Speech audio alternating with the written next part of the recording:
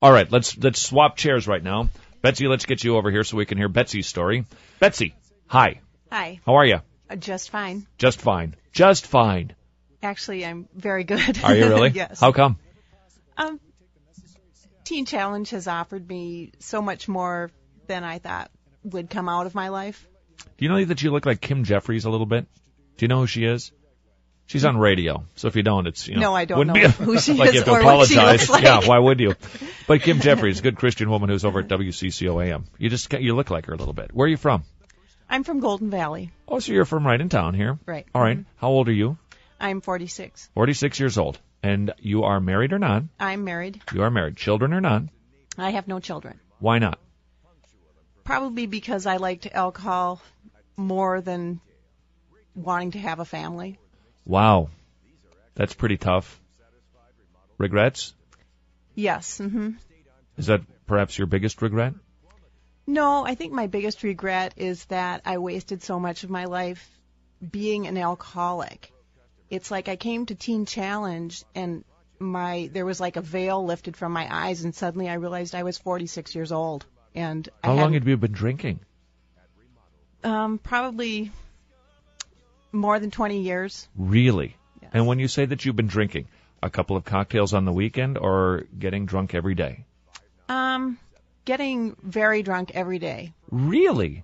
Mm-hmm. Now, see, I look at you and I wouldn't suspect that in 100 years.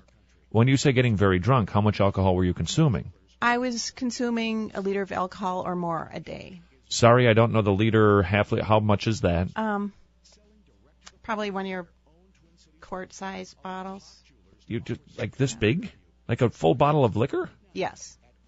Wow, you were good at what you did. That's a lot of liquor, right? Yes. Mm-hmm. Now, were you functioning? I was on the very, very edge of functioning. I did go to work. I worked for a family for many, many years, and they were my friends, and they gave me a lot of leeway. I called in sick a lot.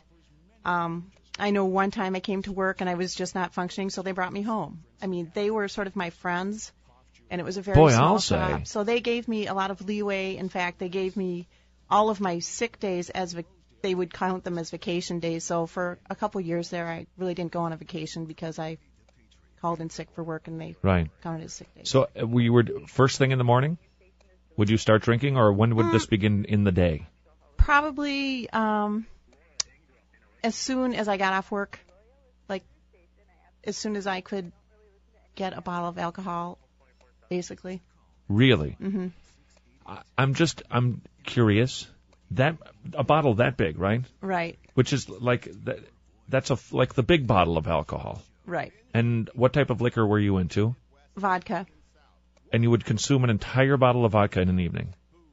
Yes, it would take me probably into the morning. Uh-huh. And what time did you have to be at work? I had to be at work at 9. And how did that happen? You must have still been drunk when you got there. Yes. Yeah. And you were married at the time? Yes, and it really created more than just a rift between my husband. It sort of took my personality away and my basically functioning as a feeling, emotional being. And so he sort of hid in his computers, and he went to school full time, and he worked. And for many, many years, he worked nights, and I worked days, and so there was very little. 2 ships. Yep. Mm-hmm. Uh-huh.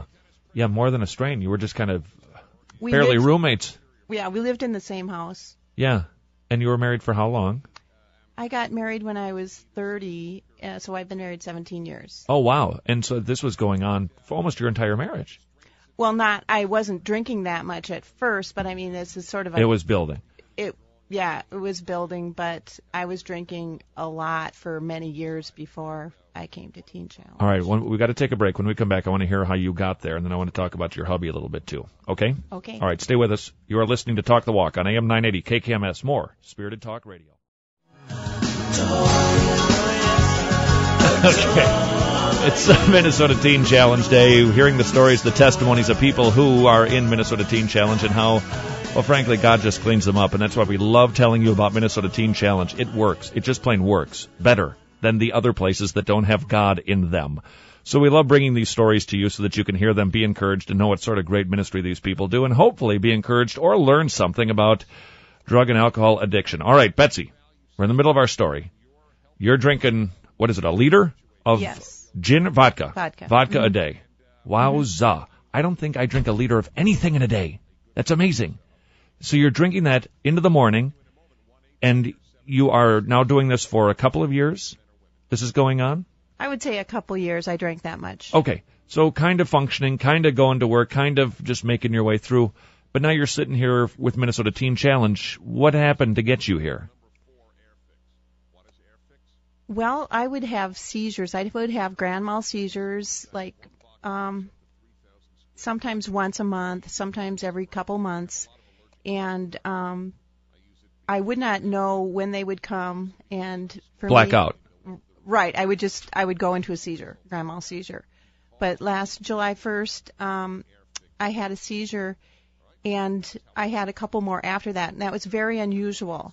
And when my husband came home from work, he found me laying on the kitchen floor, and my head was cut open, and there was blood around me. He picked me up, and I started seizuring again, so he immediately rushed me to the hospital.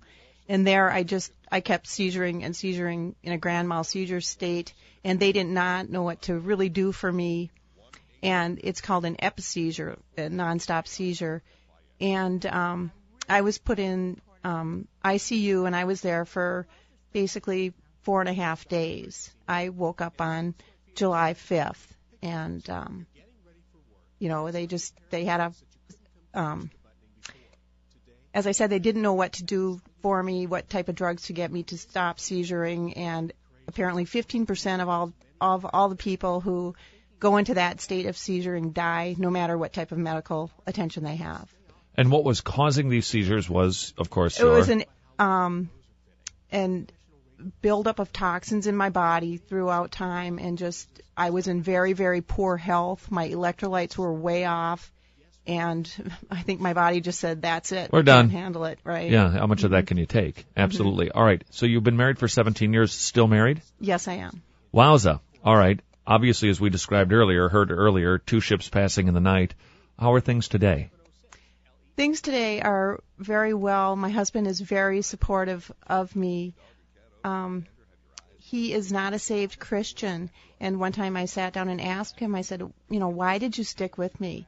And he said, remember the words, for better, for worse, for sickness and in health. And I'm just very grateful I have such a man for husband.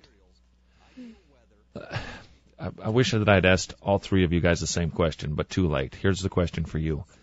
If your husband had left you, where do you think you might be today?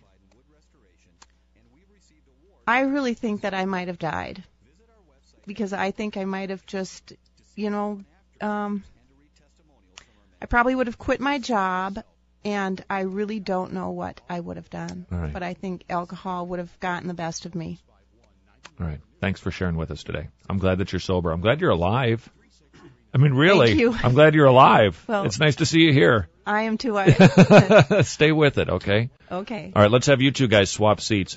All right, Tari and Mark, where I can't see you over there, you guys nodded your head when I said, where would you be if your spouses had left you? And your response was, just yell it out so I can hear you. Think you'd be dead? You would have given up and died. Yeah. So maybe you've got somebody in your family who is struggling with this same thing. Hang in there. Hang in there. There's hope. It can happen. It maybe takes a long time, but hang in there, and they need you to hang in there too. I know it's tough. I mean, I can't even imagine how tough it is. Actually, I remember being the kid going to visit Dad it wasn't Teen Challenge, unfortunately. Boy, wouldn't that have been an interesting tale? Wow, I wonder what would have happened if my dad would have gotten saved. I'm going to have to chew on that tonight.